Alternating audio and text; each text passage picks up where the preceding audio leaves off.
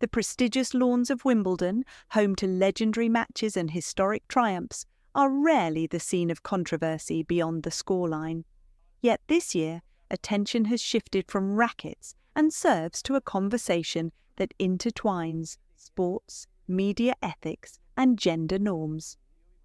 British tennis sensation Amma Raducanu, celebrated for her agility, strategic play, and composure under pressure, has suddenly found herself at the centre of a heated debate that extends far beyond the tennis court. Fans watching her recent matches noticed something unusual. BBC's coverage seemed to momentarily avoid showing Raducanu on camera during critical points in her play. While at first glance this might seem inconsequential, the timing has raised eyebrows and sparked widespread speculation. Social media users quickly pointed out that Raducanu appeared to be competing without a sports bra, a choice entirely personal and physically comfortable for many athletes, but one that appears to have prompted a subtle yet significant change in camera focus during the broadcast. The situation has ignited discussion across platforms, with viewers offering a mix of interpretations. Some believe the sudden absence in coverage was a mere technical glitch, a random editorial choice by the production team.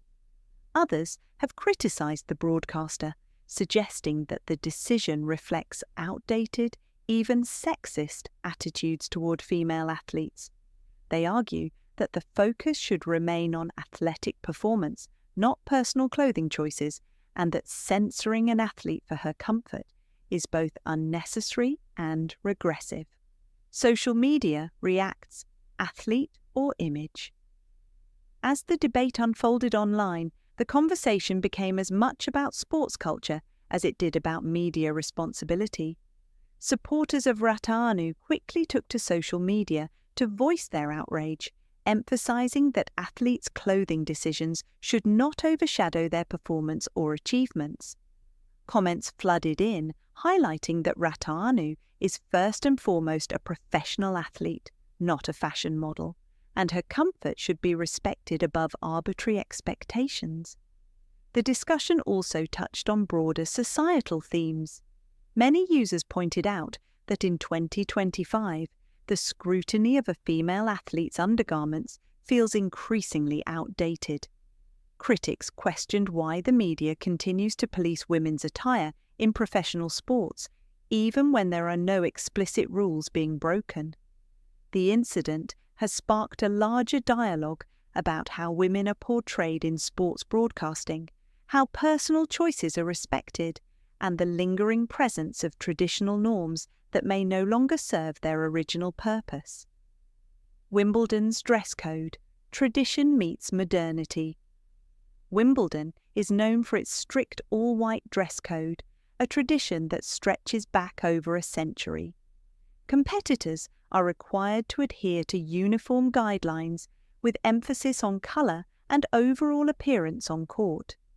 Yet while the tournament maintains strict visual standards, there are no official rules mandating undergarments, leaving athletes with autonomy over personal comfort. This nuance has made the BBC coverage decision particularly controversial. The tension lies in the intersection of tradition and personal choice. While the sport celebrates precision, grace, and decorum, the enforcement, or perceived enforcement, of modesty standards in this context can feel unnecessary and even discriminatory.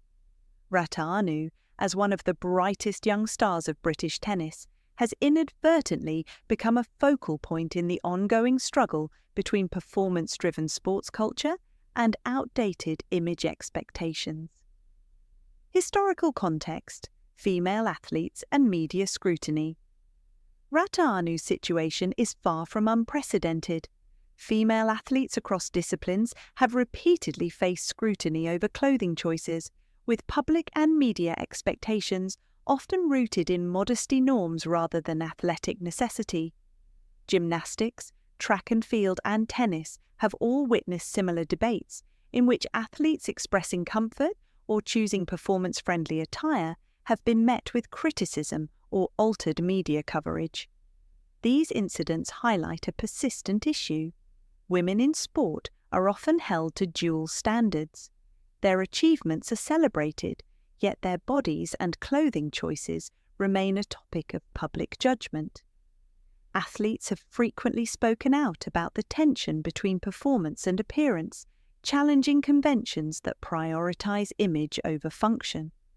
Raducanu's experience, though seemingly minor in isolation, taps into this broader ongoing conversation, forcing audiences to reflect on how much progress has truly been made in sports media, ethics, and gender equality. Public reaction, a debate beyond tennis.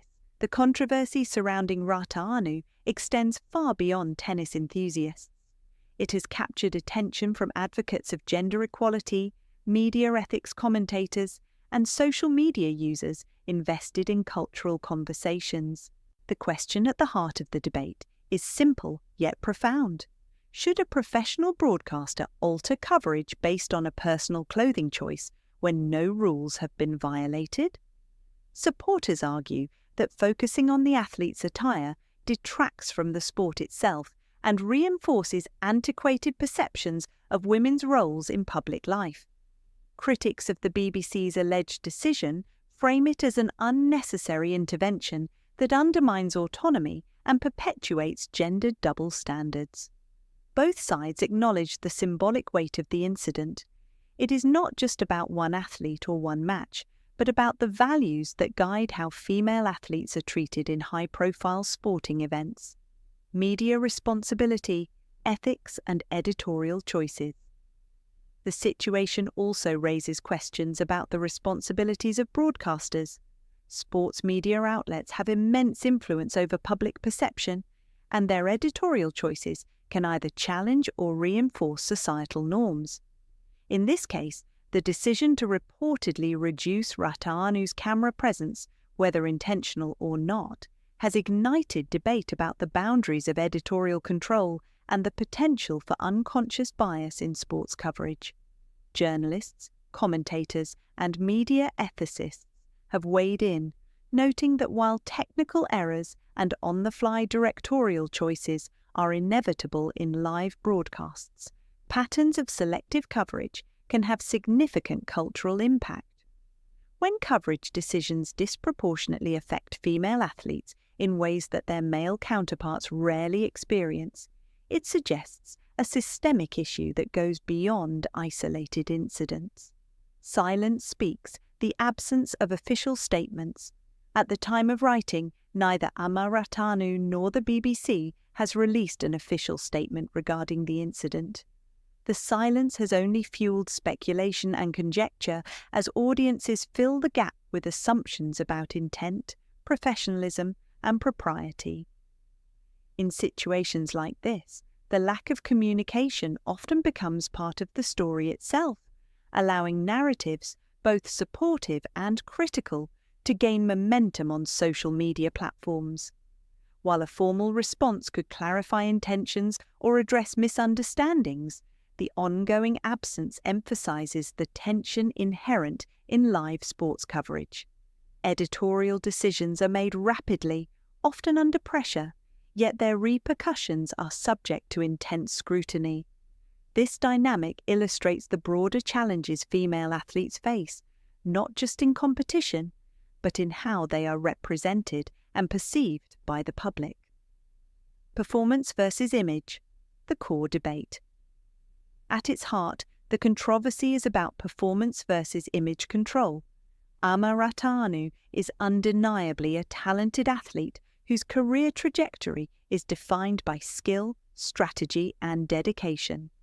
Yet, an incident that involves something as simple as sportswear has triggered a wider cultural conversation, reminding us that female athletes' bodies and choices are often under disproportionate scrutiny. The debate is emblematic of an ongoing cultural shift. Increasingly, athletes are challenging the notion that personal comfort or practicality must conform to traditional expectations of modesty or propriety. Yet the media, long a gatekeeper of public perception, continues to grapple with how to balance tradition, audience expectations, and evolving social norms. In this case, Raducanu's experience may serve as a flashpoint, highlighting the need for clearer guidelines that respect athlete autonomy while maintaining professional broadcasting standards. A wider lens: gender, sports, and society. Beyond the specifics of Wimbledon, the Raducanu incident resonates with larger societal questions about gender and representation. Women in high-profile professions, from sports to entertainment, are frequently subject to evaluation that extends beyond their professional performance. Their choices, behaviours, and appearances are often judged against historical norms that may no longer hold relevance. This event, however, provides an opportunity for reflection. It prompts a reconsideration of why personal athletic choices, especially those that do not contravene explicit rules, remain contentious. It also highlights the importance of amplifying athlete voices in conversations about representation, autonomy, and respect, ensuring that their perspectives shape the narrative rather than being overshadowed by speculation or editorial discretion. Moving forward, lessons and implications. The controversy surrounding Raducanu is far from resolved. As the tournament progresses, it is likely that media coverage, public commentary, and social discourse will continue to evolve. What this incident makes clear is that sports, media, and societal expectations are deeply intertwined. Athletes like Raducanu are not merely competitors on a court. They are also symbols of larger cultural conversations, embodying the tension between tradition and modernity, performance and perception. In the months ahead, the dialogue sparked by this event may influence how broadcasters approach live coverage, how audiences engage with female athletes, and how sports institutions consider rules and guidelines regarding athlete attire. Whether this moment becomes a catalyst for change or a fleeting media storm, it underscores the continued importance of examining how gender, media ethics, and professional sports intersect in contemporary society. Conclusion: beyond the headlines. Raducanu's situation at Wimbledon illustrates more than just a peculiar moment in broadcast coverage. It serves as a lens through which broader societal questions are magnified. From media responsibility and ethical broadcasting to gender norms and personal autonomy, the discussion prompted by this incident reveals the complexities that athletes face off the court as well as on it. While the tennis itself remains paramount, the coverage choices and ensuing debate remind us that sports are never entirely isolated from culture. Athletes like Raducanu, celebrated for their talent and dedication, may unintentionally become symbols of larger societal conversations about fairness, respect, and equality. How the media, institutions, and audiences respond will shape the ongoing dialogue, and perhaps move the needle toward a more progressive and inclusive understanding of sports and representation in the modern era. As the world watches, Wimbledon remains a stage not only for athletic excellence, but also for cultural reflection. Raducanu's experience reminds us that progress in sports is as much about what happens off the court, how athletes are represented, respected and supported, as what happens on it.